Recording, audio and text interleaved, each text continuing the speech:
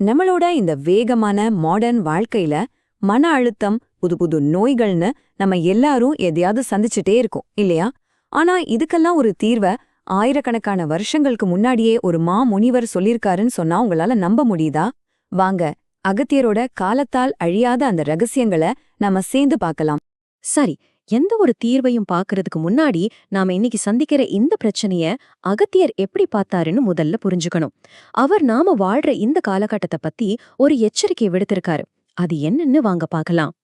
இந்த வரிகளை கேட்கும் போதே இப்போ நம்மள சுத்தி நடக்கிற விஷயங்களை அப்படியே கண்ணு முன்னாடி கொண்டு வருது இல்லையா? ஒரு பக்கம் விதவிதமான நோய்கள், இன்னொரு பக்கம் சந்தோஷமே இல்லாத வாழ்க்கை. சரி, இவ்ளோ சவாலான இந்த காலகட்டத்தை நாம தாண்டி போக அகத்தியர் சொல்ற முதல் படி என்ன? ஓகே, பிரச்சனைகளை பத்தி பேசியாச்சு. இனி தீர்வுக்குள்ள போலாம். அகத்தியர் சொல்ற முதல் ரகசியம் எங்க தொடங்குதுன்னா, நம்ம உடல்ல உள்ளே இருந்து சுத்தப்படுத்துறதுல தான். அதுக்காக அவர் ஒரு ரொம்ப சக்தி வாய்ந்த மந்திரத்தை நமக்கு கொடுத்திருக்காரு. அப்போ நம்ம உடம்புல தேங்கியிருக்கிற இந்த துன்பங்களை, இந்த நோய்களை எல்லாம் எப்படி வெளியேற்றுறது? இதுக்கு அகத்தியர் ஒரு மிக எளிமையான ஆனா ரொம்ப ஆழமான ஒரு வழியை சொல்றாரு. இதுதாங்க அந்த தூய்மைப்படுத்தும் மந்திரம். அகத்தியரோட ஞானத்தின்படி ஒவ்வொரு ஒலிக்கும் ஒரு குறிப்பிட்ட அதிர்வலை, அதாவது ஒரு வைப்ரேஷன் இருக்கு. இந்த மந்திரத்துல இருக்கிற ஒலிகளோட சேர்க்கை நம்ம உடம்புல இருக்கிற நச்சுக்களையும் எதிர்மறை ஆற்றல்களையும் நீக்கிற மாதிரி வடிவமைக்கப்பட்டிருக்கு. இத ஒரு பவர்ஃபுல் சவுண்ட் ஹீலிங்னு கூட சொல்லலாம். இங்கதான் அகத்தியரோட ஞானம் இன்னும் அழகா இருக்கு பாருங்க. இது ஒரு கடுமையான ரூல் கிடையாது. இத நம்ம சொந்த நம்பிக்கையோட இணைச்சிக்க சொல்லி அவரே நம்மள ஊக்குவிக்கிறாரு. உங்களுக்கு பிடிச்ச தெய்வத்தோட பேரை இந்த மன்றத்தோட சேர்த்து சொல்லும்போது உங்க மனசு இன்னும் ஆழமா இதுல ஒன்றி போகும். அதோட பலனும் பல மடங்கு அதிகமாகும்.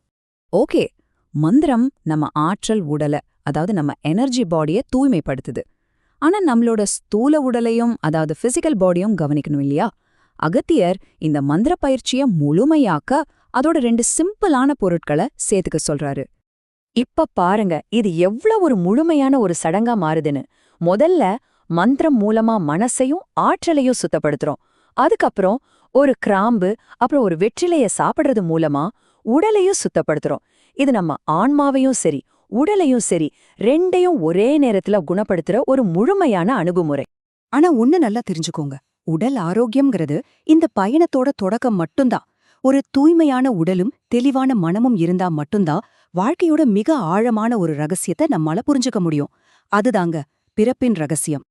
பிறப்பின் ரகசியம் அப்படின்னா என்ன? சிம்பிளா சொல்லணும்னா, நம்ம ஒவ்வொருத்தரும் இந்த பூமிக்கு ஒரு குறிப்பிட்ட காரணத்துக்காக, ஒரு தனிப்பட்ட பணிக்காக அனுப்பப்பட்டிருக்கோம்.